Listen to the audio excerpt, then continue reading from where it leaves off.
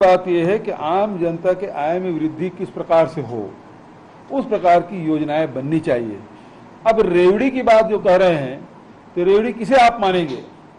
सवाल इस बात की है। आप क्या आज देश 75वीं आज़ादी की 75वीं वर्षगांठ मना रहा है, और यदि लोगों के पास आज भी भोजन नहीं मिल पा रहा है, मकान नहीं बन पा रहे हैं, और उसके इलाज की व्यवस्था नहीं हो पा रही है, तो उसे हम किस दृष्टि से देखते हैं? दूसरी बात यह है कि आज हमको तय करना पड़ेगा कि हमारी न्यूनतम आवश्यकता क्या है। जिस प्रकार से छत्तीसगढ़ में हम लोगों ने कोशिश की कि जो न्यूनतम आवश्यकता है उसकी पूर्ति कैसे हो, चाहे उसके लिए हम लोगों ने राजीव गांधी किसान न्याय योजना लागू किया, भूमिहीन श्रमिक न्याय योजना लागू किया, लघु अनुपज और वनौषधि की खरीदी और उसके वैल्यू एडिशन की व्यवस्था की, गोधन न्याय योजना शुरू की। तो ये ऐसी योजनाएं हैं जिसके माध्यम से लोगों के आय में वृद्धि हुई और जो उनकी न्यूनतम आवश्यकता है उसके पूर्ति करने की दिशा में मजबूत कदम उठा रहे हैं। अब कोई उद्योग बीमार उद्योग है, उसे सहायता पहुंचाने को रेडी कर रहे हैं। कहीं पर भी ये नहीं कहा कि शिक्षा और स्वास्थ्य को अगर फ्री में दिया जाए तो फ्री की रेवड़ी है। आम आदमी पार्टी जो कि एक ऐसी पार्टी है जिसको सिर्फ हमारे देश के प्रधानमंत्री मोदी जी के खिलाफ बोलने में ही आनंद आता है, उस पार्टी ने उस विषय को इतने गलत तरीके से पेश किया है।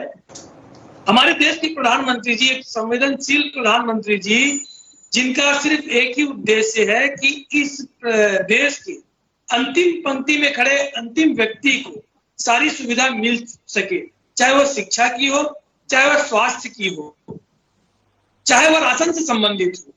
लेकिन जो विपक्षी दल है, चाहे कोई सा भी दल हो, कोई सी भी पार्टी हो, उनको ये मालूम है कि हमारी टीआरपी तभी बढ़ेगी, हमको मीडिया तभी भाव देगा जब हम इस देश के प्रधानमंत्री की बातों को तोड़ मरोड़ के पेश करेंगे।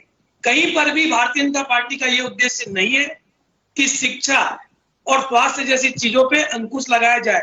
वह फ्री की रेवड़ियां कहना शिक्षा और स्वास्थ्य को शामिल करना नहीं है। ठीक है रवि जी, बीजेपी कह रही है अफवाह फैलाई जा रही है, बयान को तोड़ मरोड़ के पेश किया गया है। देखिए, बड़ा ही दुर्भाग्यपूर्ण है कि भारतीय जनता पार्टी कह रही है कि बयान को तोड़ा और मरोड़ा जा रहा है। मैं पूछना चाहता हूं सबसे पहले भारतीय जनता पार्टी से कि जो अभी सरकार गई उसमें डॉक्टर रमन सिंह जी ने फ्री की मोबाइल क्यों बांटी थी। मैं पूछना चाहता हूं कि जो अभी उत्तर प्रदेश में जो लोक कल्याण इनका जो घोषणा पत्र आया भारतीय जनता पार्टी का, उसमें उन्होंने 2 मुफ्त के एलपीजी सिलेंडर और ट्रांसपोर्ट के लिए 60 से ऊपर जो महिलाएं हैं उनको फ्री में ट्रांसपोर्टेशन दिया जाएगा, ये वादे उन्होंने किए। देखिए, बात जो इस प्रकार से अभी देश में चल रही है, हमें ये समझना पड़ेगा कि फ्रीबीज यानी रेवड़ी, इसका मतलब क्या है। क्या जन कल्याणकारी योजनाएं फ्रीबीज हैं? क्या इनका मतलब यह है कि हम देश का पैसा जो है बर्बाद कर रहे हैं, या जरूरतमंदों को चीजें दी जा रही है? माननीय मुख्यमंत्री जी ने कहा है कि जहां लोगों को खाना नहीं मिल पा रहा है, क्या उन्हें खाना देना क्या फ्रीबीज और रेवड़ी के श्रेणी में आएगा? क्या जिसे मकान नहीं है वो क्या इस रेवड़ी बांटने की श्रेणी में आएगा? तो ये बाइफरकेशन करना तो बहुत जरूरी है, और मामला जो है वो न्यायालय पर है। न्यायालय ने भी इस पर संज्ञान लिया है कि उन्होंने ये तक कहा है कि क्या इस पर डिटेल्ड चर्चा होनी चाहिए कि क्या दिया जाना चाहिए, क्या नहीं दिया जाना चाहिए। लेकिन ये बात कह देना कि इनके बात का बतंगड़ बनाया जा रहा है या तोड़ा और मरोड़ा जा रहा है, ये तो गलत होगा। आप खुद देख सकते हैं रमन सिंह जी की नीतियां किस प्रकार से रही। जहां उन्होंने किसानों को बोनस नहीं दिया, उन्होंने मोबाइल बांट दी। तो ये तो विचार करना भारतीय जनता पार्टी को चाहिए कि क्या मोबाइल बांटना जरूरी था, क्या लैपटॉप बांटना जरूरी था, या किसान को उसके समर्थन का पैसा देना जरूरी था। किसान खुद डिसाइड करता कि उसे क्या खरीदना है, क्या नहीं खरीदना है। आप मोबाइल थमा दिए और बोले कि ठीक है, उसमें रमन सिंह जी की फोटो लगी हुई है, और कहे कि ये जो है हमारी तरफ से आपको फ्रीबीज यानी रेवड़ी दी जा रही है, अगली बार वोट हमें दीजिए। तो नरेंद्र मोदी जी ने जो बात कही है, मैं उनकी बात को बहुत ही अच्छे से सुना हूं। वो सीधा सीधा वो रमन सिंह जी जैसे नेता को कह रहे हैं कि आप इस तरह की योजना मत लाइए। ठीक। अवधेश सर, ये फ्री की रेवड़ी बांटने वाला बयान जब से सामने आए हैं, हलचल सी मच गई है पूरे देश में। श्रीकांत, इसमें कोई दो राय नहीं हो सकता कि ये कभी न कभी ये बम तो फूटना था और फूटेगा ही। उसके पीछे सबसे बड़ी कारण है जो राजनीतिक पार्टियां हैं, वो लगातार जो जनता से किए हुए वायदे हैं, है ना, उसको उस तरीके से पूर्ण करने में अक्षम रही है, चाहे वो किसी भी पार्टी की सरकार हो कहीं भी। तो डेफिनेटली अगर जब, क्योंकि आपको आपका जो स्टेट है ना, आपका जो कॉन्स्टिट्यूशन है वो बना हुआ है और उसमें मेंशन भी है आपको कि आपको ये जो है सो इसको वेलफेयर स्टेट बनाना है।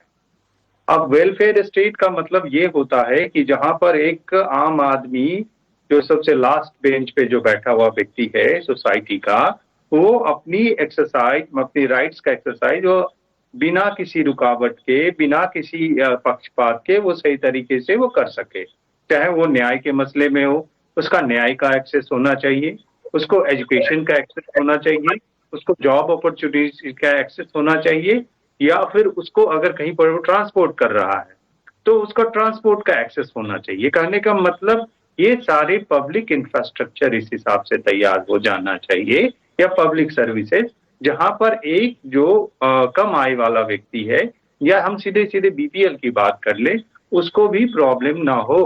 चाहे वो अगर मतलब पब्लिक इंफ्रास्ट्रक्चर या पब्लिक ट्रांसपोर्ट या फिर पब्लिक सर्विसेज की हम जब बात करते हैं, तो उसका जो आपका एक वेलफेयर स्टेट में एक जो लक्ष्य होता है वो ये होता है कि वो निचले तबके का व्यक्ति है, जब वो उस गाड़ी में चढ़े और जो एक बड़ा व्यक्ति है करोड़पति वो उस गाड़ी में चढ़े, तो उन दोनों को चढ़ने में जो फैसिलिटीज में जो है सो ज्यादा मतलब गैर असमानता जैसी स्थिति नहीं होनी चाहिए। ये तो वो सैद्धांतिक बात हो गई जो मैं आपको बता रहा हूँ, है ना। और इकोनॉमिक्स में भी कई सारे टर्मिनोलॉजी है, क्योंकि आपको जो है सो अब ये जो मेजर डिबेट आ गया है कि अंग्रेजी में बोलते हैं फ्री बीच, है ना, जिसको मुफ्त कह दें और उसको दूसरे तरीके भाषा में कह दें, तो उधर आपने सुना होगा कि कई सारे जो सांसद में मतलब सदस्य हैं, उन्होंने इसको ये भी कहा कि फ्री बीच को निःशुल्क कह दीजिए। अब देखिए, सबसे अब जब वेलफेयर स्टेट की बात आप करते हैं तो वो हमेशा निचले तबके की बात करते हैं, लेकिन ये भारत का दुर्भाग्य रहा है कि उस निचले तबके की बात जो है सबसे लास्ट में क्योंकि एक ही दिन उस निचले तबके को मौका मिलता है अपनी वोट का एक्सरसाइज करने का, वो वही समय होता है जब उसको मुफ्त में बहुत सारी चीजें दी जा रही होती है।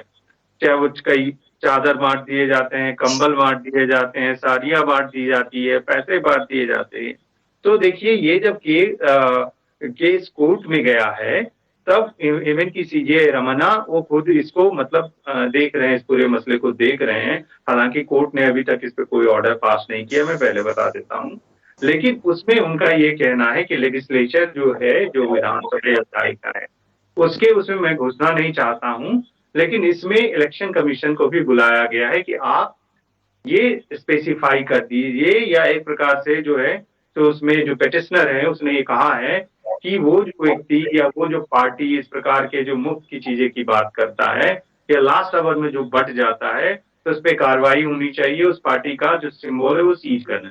अब मैं आपको बता देता हूँ, इन शॉर्ट में आपको मैं बताता हूँ इस पूरे में, ये फ्री व्हील का कंसेप्ट 1980s में चालू हुआ, जब से बड़े बड़े अक्षरों में या बड़े बड़े लुभावने वादों में जयललिता जी के मतलब कार्यकाल में ये चालू हुआ, जब टीवी बटने चालू हो गए, मंगलसूत्र बटने चालू हो गए। देखिए, तो उसके बाद क्या हुआ कि अब देखिए, उन्होंने कुछ अच्छे काम भी किए, कुछ ऐसे भी काम किए जिसपे कंटिन्यूसली आरोप भी लगे, है ना।